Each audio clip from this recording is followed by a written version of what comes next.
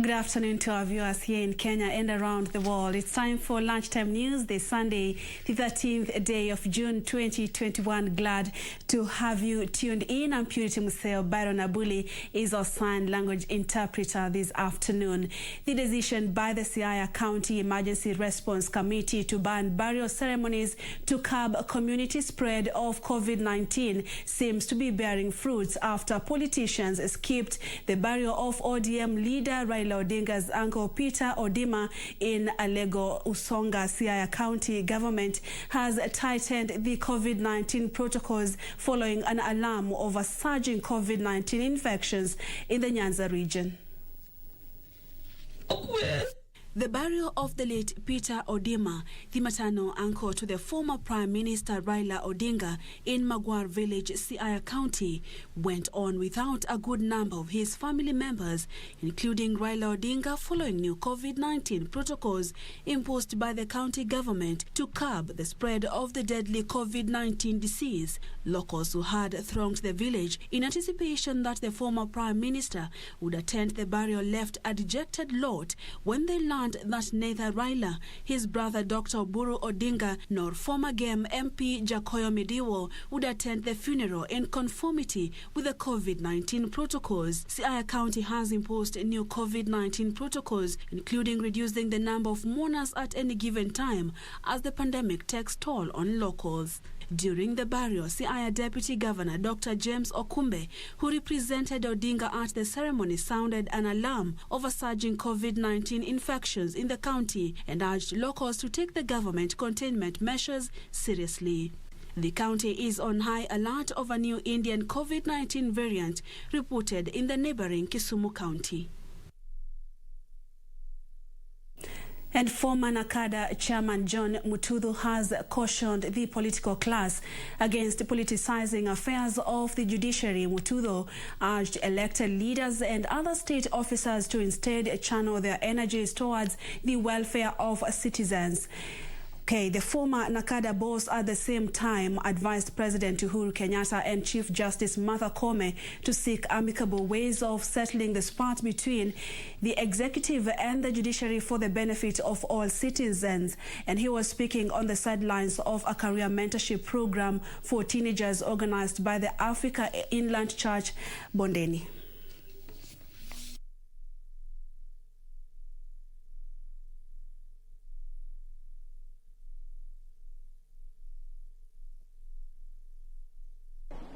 Hii mvurutano tungoje mpaka 2022. Yule anataka kuwa president akuwe president, yule anataka kuwa prime minister akuwe prime minister, yule anataka kuwa MC akuwe MCA, yule anataka kuwa governor awe governor.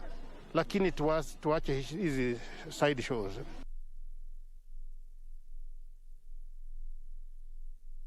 Elsewhere, a section of private ranchers in Laikipia County has protested the invasion of the land by livestock herders. The ranchers accuse the illegal grazers of destroying their crops and other structures in the ranches with impunity and are calling for a review of the laws on trespassing to increase penalties for offenders. A section of private ranchers in Laikipia County say livestock herders in Rumuruti and adjacent areas are causing conflict in the competition for water and pasture. Lucy Wamboi of Jennings Farm claims all her efforts to cultivate the land have gone down the drain as the herders allow their animals to graze on crops. Kila siku wanaigisha busi zao hapa ndani na nimeenda gharama mingi sana, na kuna soka nilikuwa nimepanda kwa upande mwingine eka kama 20. Siku ya Disemba walikuja wakakulisha yote. The tussle has also moved to courts, with the ranchers seeking court orders to have the illegal herders evicted. Tulienda kotini na walikuwa wanadai kwamba hao ndio wamiliki wa shamba ambalo liko katikati ya river, katikati ya mto na shamba la Jennings, lakini sheria inasema shamba hilo ambalo liko katikati ya mto na shamba inaitwa riparian reserve, na ule riparian owner ni ule mwenye shamba ambalo liko adjacent to the river. Ranchers say perennial conflict caused by the illegal grazers have led to the killing of 7 people in the last 1 week, prompting the government to deploy more security officers. Sisi kama Jennings tumekuwa threatened hata kuuawa. Hata kuna mwajiri wangu mmoja wa security mwenye aliuawa kwa sababu ya hii shamba. Na sasa tukiendelea namna hiyo, inaonekana ni kama wanataka kututhreaten ndio tuondoke, ndio tuwaachie shamba. They are calling for a review of the laws on trespassing, saying currently a suspect charged with encroachment and grazing in other people's land is fined a paltry 500 shillings irrespective of the number of livestock found in the farm. Tunaomba sana mashirika ya kiserikali ambayo yanapambana na maneno ya environment ya mazingira kama NEMA, kama WARMA na hata Ministry of Land, wote waingililie kati kuprotect hii ecosystem ya hapa Ewaso Narok. To some mental health awareness campaign, 8 mental health activists have walked for over 100 kilometers from Amagoro to Busia town to sensitize the residents on mental illness. Led by Silas Juma and Joel Barua, the team noted that most Kenyans are affected by mental problems due to stress and were creating awareness aimed at ensuring citizens are coping well.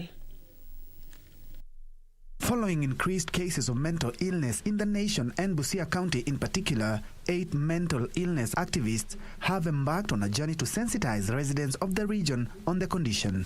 Takwimu zinaonyesha kwamba mmoja kati ya watu 4 ana matatizo ya akili. Kwa hivyo ndio tukaona kwamba tuanze kufanya uhamasisho ili watu wetu waanze kuishi maisha ambayo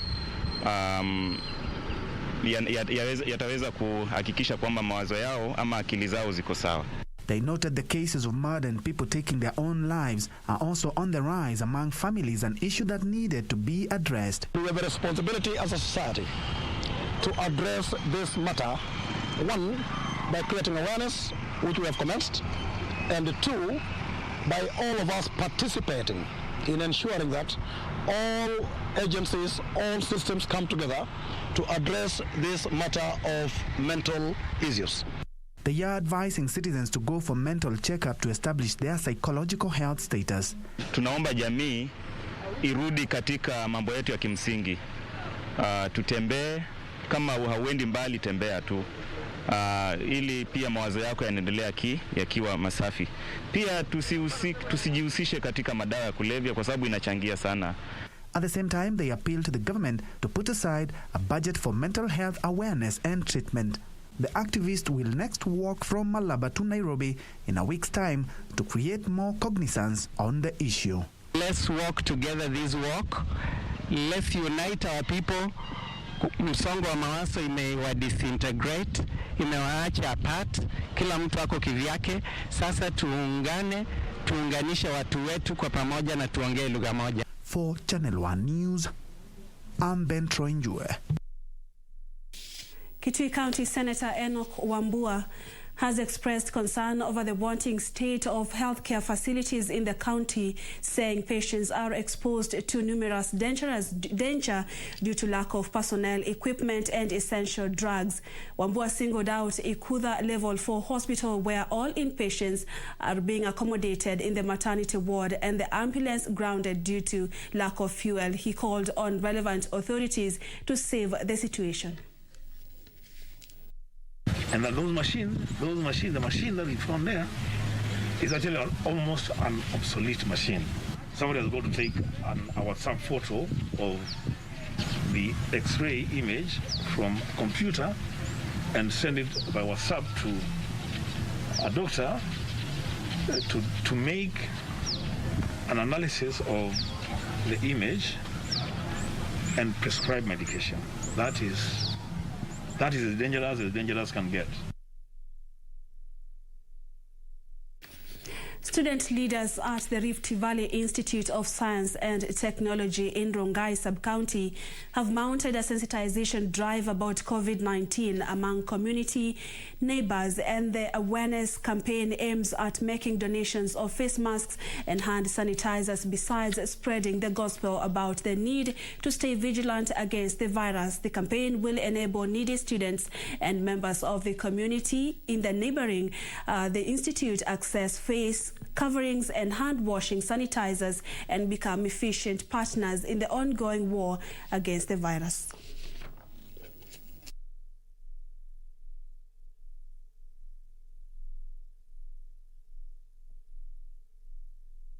Ilikuwa imeinuka sana na corona. Lakini nowadays tunaona imetulia chini, hatujui ni nini kinaendelea. Sijui ni corona ikienda chini na wao wanaenda chini, ama ikiinuka wanainuka. Tunaomba vile walikuwa na insist mambo na corona, washikilie hapo hapo.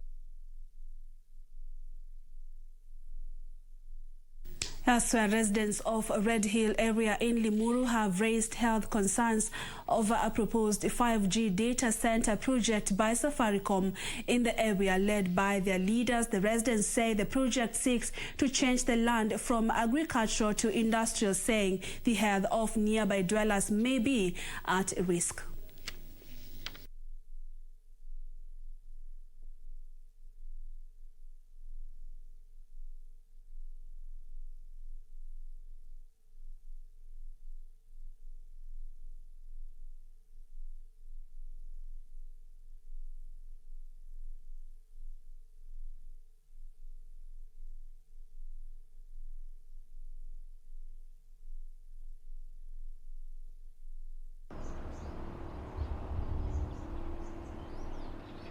From what we know globally, there are very serious implications of a high electronic project. In the presentation, the presenter said that, in fact, in many countries, this kind of project is put in secluded areas, meaning areas where there are not a lot of people.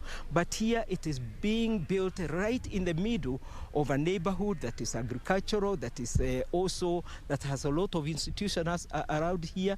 And we believe, with the knowledge that we know, that it has health impact. Of concern is the administration towards award, preparedness, response, and award.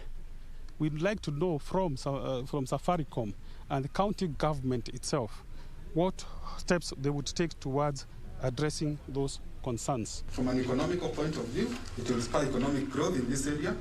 From a social point of view, it will encourage social growth in this area in terms of employment, in terms of growth in the area. And environmentally, the project is sound.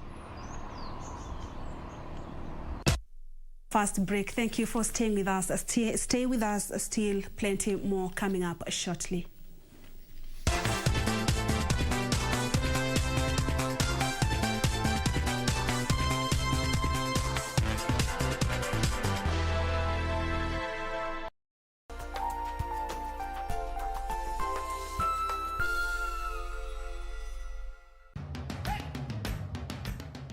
Bwana Motiso, pikipiki yako ndio hii.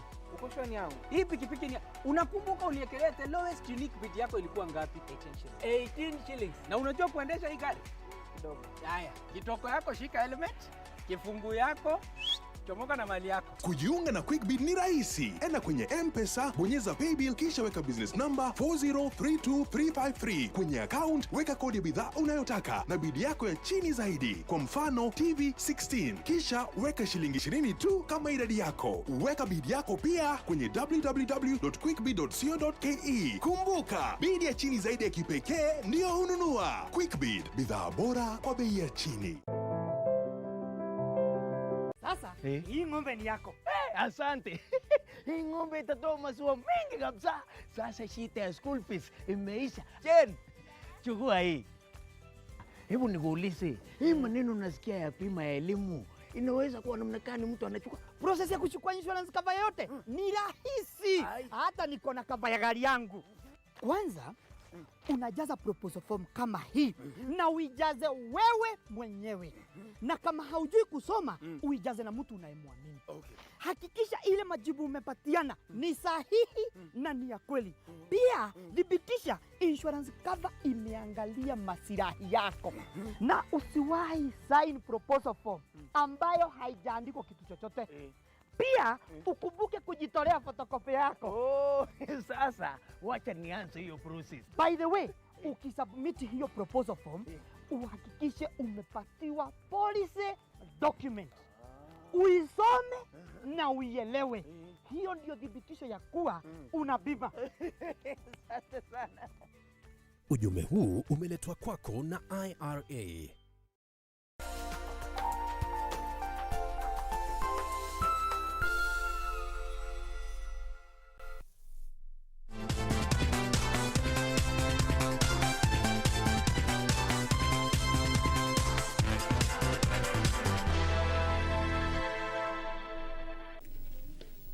Thank you so much for staying with us. You're watching Lunchtime News this Sunday afternoon. Byron Abuli is our sign language interpreter. Kenyans have been urged to turn to business ventures in the Jua Kali sector in a bid to reduce unemployment in the country. The Kenya National Federation of Jua Kali Associations Secretary General Charles Kalomba says youth should not only rely on white-collar jobs for survival, but also seek opportunities in the informal sector for livelihood. Kalomba, who spoke in Nairobi, further called on the national government to ensure the 30 billion shillings allocation to the Ministry of Industrialization serves the intended group for improved economy.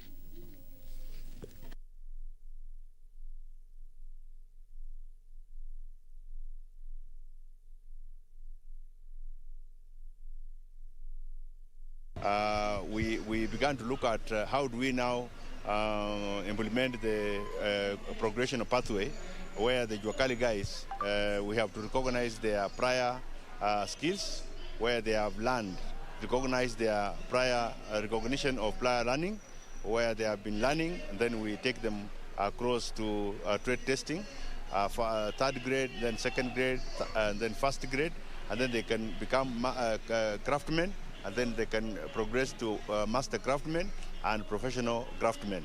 Because Kenya has a qualification framework which has morally been considered as a theoretical framework. So people have got a lot of certificates, but the delivery end practically is lacking. So I will be a professor who is an engineer, but the line where I'm operating from as an engineer does not bring results. Elsewhere, Laikipia North Member of Parliament Sarah Lekorere has called on the members of Parliament to invest in education in their constituencies to ensure their regions realize economic growth and move away from retrogressive cultures. Lekorere says that education is the only way to reduce cases of cattle rustling and banditry in the pastoralist regions. According to the legislator, construction of more schools in the region has seen massive reduction of cattle rustling cases.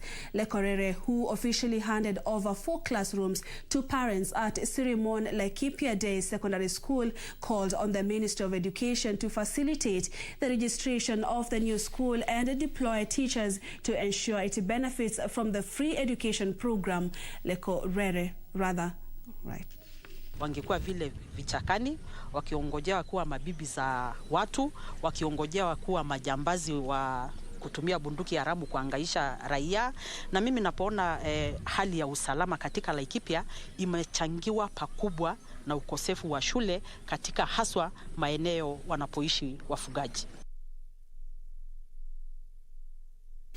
Hundreds of Lamu residents have benefited from a free medical camp organized by the Kenya Ports Authority in partnership with Lamu County Public Health. The medical camp, which was held in Hindi Ward at Hindi Primary School, saw more than 800 patients from the county benefit from free consultations, diagnosis, free medical and treatment. Kenya Ports Authority Chief Pharmacist Dr.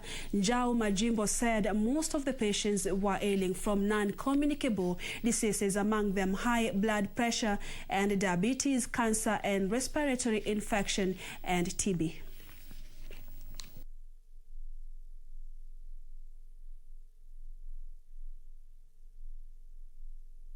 Kuna nurses wa nutrition wale wataweza kuwaelezea watu jinsi ya kula vyakula vizuri. Maanake yale magonjwa nilokuambia yale kama diabetes, ugonjwa wa kisukari na ushinikizo wa damu mwilini, mara nyingi huwa yanaletwa na vyakula ambavyo vimetengenezwa visivyo.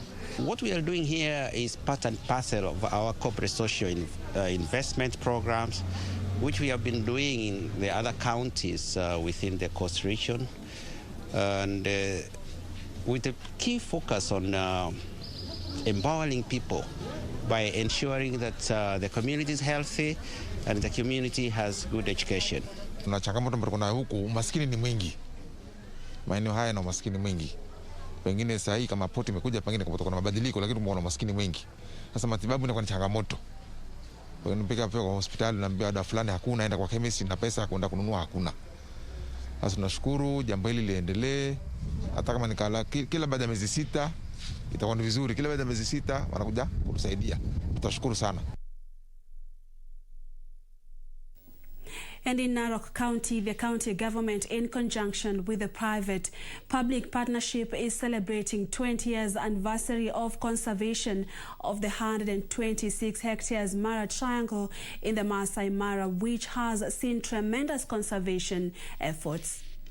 Speaking during the event held at Serena Hotel in Mara Triangle, CEO Brian Health said that they have been working with the community in taking care of Masai Mara to conserve the reserve and control poaching, and have recorded immense success. In that time, they have managed to arrest 4,600 poachers and destroyed 59,000 snares in the Mara Triangle. Maliza hii maneno ya waizi, maliza maneno ya waindaji, ajambo sisi na ungana na TANAPA. Tumefanya ushirikiano wa kutosha, ushirikiano wa patrol, tukiwa pamoja na viongozi wa conservation ambaye akishirikiana na timu yake hapa Pengo, pamoja na viongozi mbalimbali ambao wako nao mawadini. I just want to affirm that Mr. Brian, with your team, as a county government, we are together. You know, we were working very closely. You have a contract in the other side. I think now things will change, so that the entire Mara ecosystem is uniform.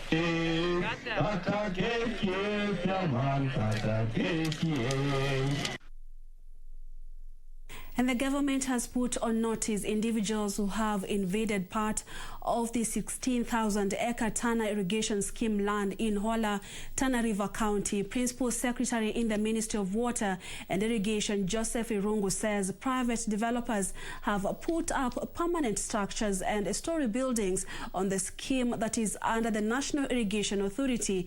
The PS now says the government will soon embark on demolition and eviction of the squatters to pave way for government projects. Private developers and individuals who have encroached part of the 16,000-acre TANA irrigation scheme land in Hola, Tana River County have been ordered to vacate the land. Naomba wale ambao wanaanza kujenga majengo katika shamba la NIA waanze kuhama, sababu tutabomoa. Natoa onyo. Principal Secretary in the Ministry of Water and Irrigation, Joseph Irungu, while in Hola during an inspection tour of the construction of huge capacity water reservoirs for the National Irrigation Authority, say that any plan to change land ownership and usage can only be done in consultation with the National Land Commission. Kwa hivyo wale ambao wananyemelea, sababu ilipokuwa halilimwi kuna watu walianza kunyemelea kujenga majumba. Hili ni shamba la kilimo na lilitengwa kufanya kazi ya kilimo. Most of Hola town spaces are owned by the TANA irrigation scheme, but private developers, politicians and squatters took advantage of it lying idle to subdivide among themselves and develop. Leaders in Tana River County, however, say the eviction should not affect villages kilometers away from the town. Na hii zamani ilikuwa inaitwa Hola Irrigation and Settlement Scheme.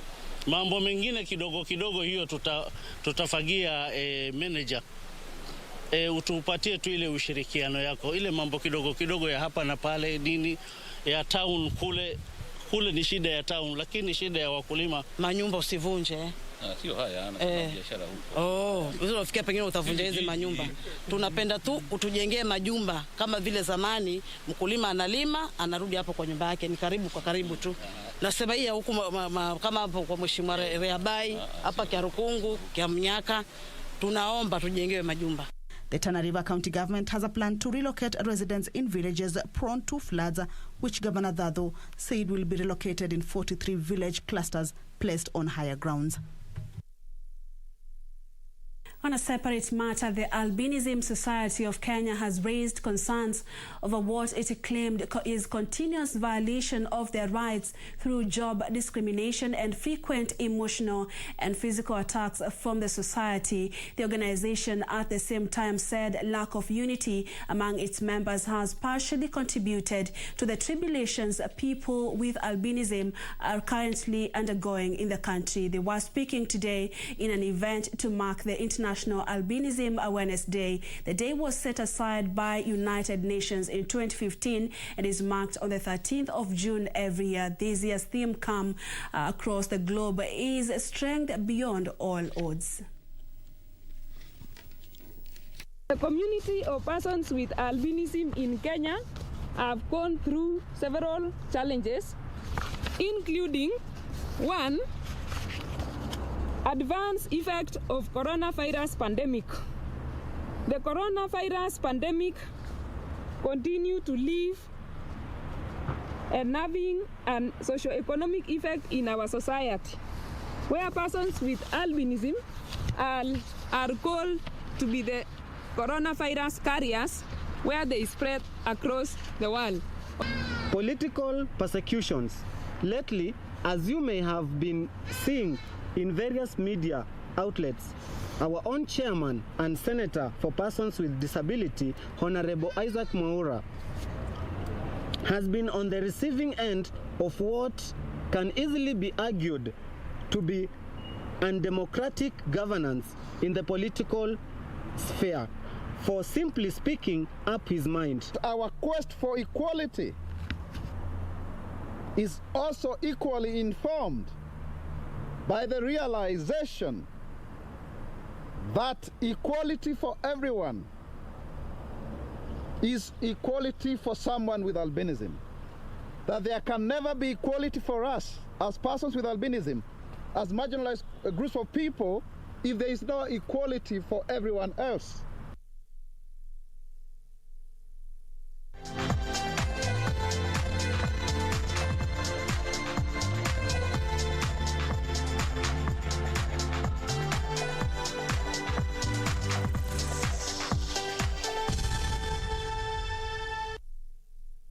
In the sports arena, Kenya's cricket lioness on Saturday won the 4th KWIBUKA Memorial Women's T20 title in Kigali, Rwanda after a 7-wicket win over Namibia. The KWIBUKA tournament is one of the remembrance events of the 1994 Rwanda genocide, and Kenya has won 4 of the 7 titles since the tournament's inception. Well done, Arena team. Thank you, Maggie and team. The final was a repeat of the group phase match between Kenya and Namibia, in which the Southwest African nation won by 36 runs. In Saturday's final, Namibia won the toss and opted to bat and were all out on 69 runs in 15.5 overs. Player of the match, Sarah Bakita, was the chief destroyer of the Namibia batting lineup with 6 wickets, her second 5-wicket haul of the tournament. Oh wow, Margaret Ngoche, she's made a statement here. Brilliant way for Kenya to get over the line. I think it's a 6, the first of the game. And what a way for Kenya. The Idambo sisters, Lavenda and Melvin, took 1 wicket each, while Quinta Abel took a wicket and a run out. Namibia's best batter was Sylvia Shihepo with 16 runs. In reply, Kenya scored 72 runs for the loss of 3 wickets, and they got a 7-wicket win. Captain Margaret Ngoche top scored with 37 runs off 30 balls, including the winning 6. Sharon Juma added 16 runs and Quinta Abel added 10.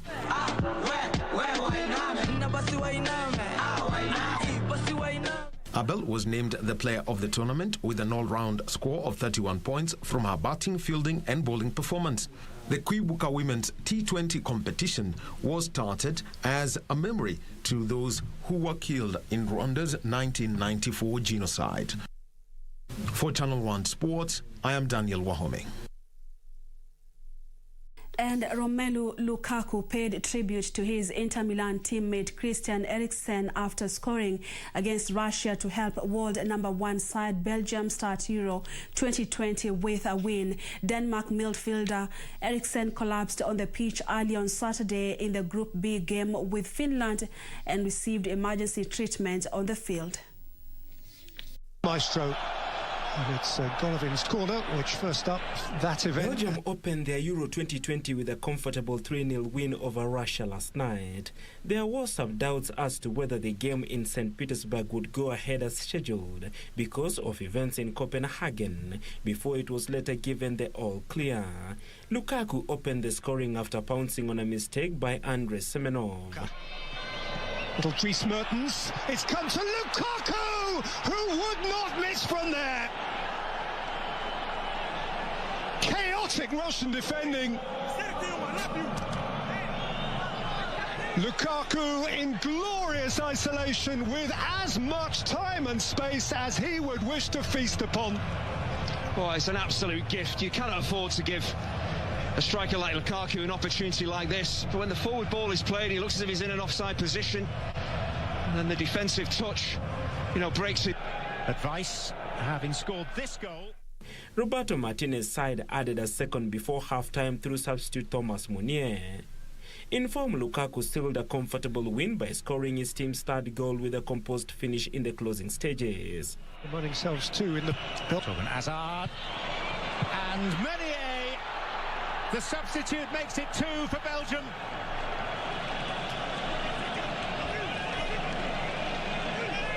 He scored on this pitch in the World Cup third-phase playoff against England.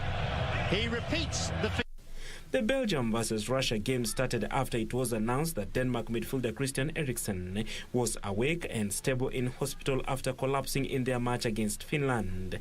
The game in Copenhagen was suspended before half-time after the former Spurs playmaker fell to the ground and was given emergency treatment on the field. It later on restarted, with Finland eventually winning the Group B encounter 1-0. 3 matches will be played today. England face Croatia, Austria play North Macedonia, while Netherlands have a date with Ukraine.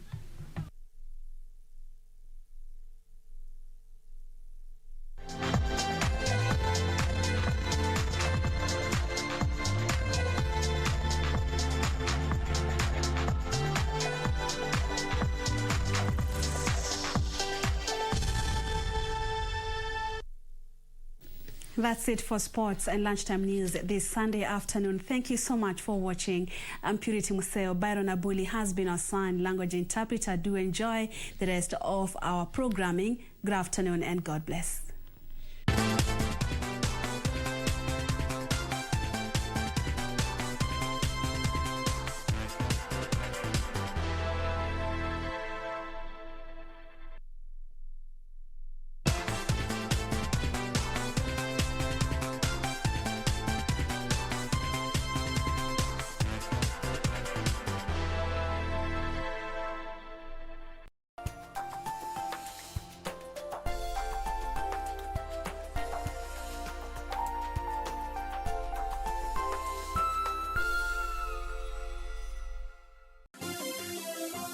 Vera Beauty College.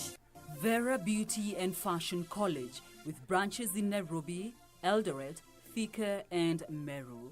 Did you know that we are a TVET approved institution? We offer courses in fashion design, interior design in soft furnishing, event decoration, flower arrangement, event planning, hairdressing, barbering and dreadlocks, beauty therapy, makeup, nail technology, spa massages, teaching skills, TOT, solo business management, and many more.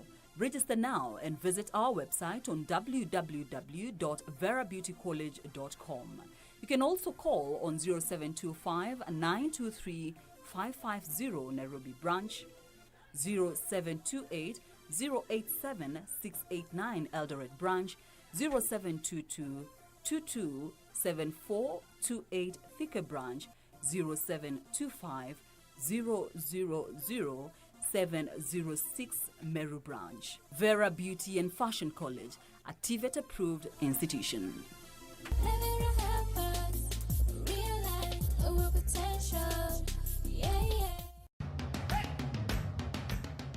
Bwana Motiso, pikipiki yako ndio hii. Uko shwani yangu. Hii pikipiki ni unakumbuka uniekelea the lowest unique bid yako ilikuwa ngapi? 18 shillings. Na unajua kuendesha hii gari? Kidogo. Haya, kitoko yako shika helmet, kifungu yako, chomoka na mali yako. Kujiunga na QuickBid ni rahisi. Enda kwenye M-Pesa, bonyeza paybill kisha weka business number 4032353. Kwenye account weka kodi ya bidhaa unayotaka na bid yako ya chini zaidi. Kwa mfano TV 16. Kisha weka shilingi 20 tu kama idadi yako. Weka bid yako pia kwenye www.quickbid.co.ke. Kumbuka, bid ya chini zaidi ya kipekee ndio hununua. QuickBid, bidhaa bora kwa bei ya chini. Every time I'm in front of the camera, I remember my culture. After all, story ni yetu. Kama unadai drama origi, telenovelas na sports, get your GoTV decoder na 1 month GoTV Plus for 1,299 bob. Download my GoTV app kumanage account yako on the go, ama dial *423# kusubscribe, kupay, kureconnect, kuupgrade ama kuclear errors. GoTV, love it.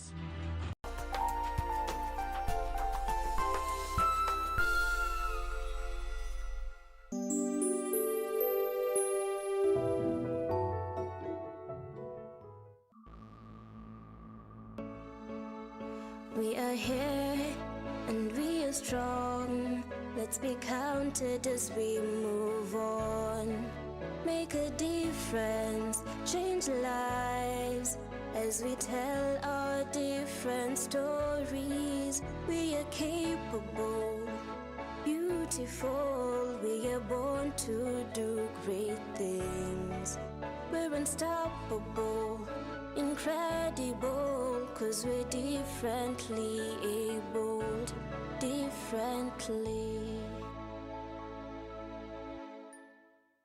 We all have the capacity to shape our lives. Most often we fall, but it's the lesson that comes after the fall that propels us to greatness. This week, we feature individuals who have defied all odds to be where they are. My name is Jane Theory, and this is Able Differently. 'Cause we're differently abled, differently.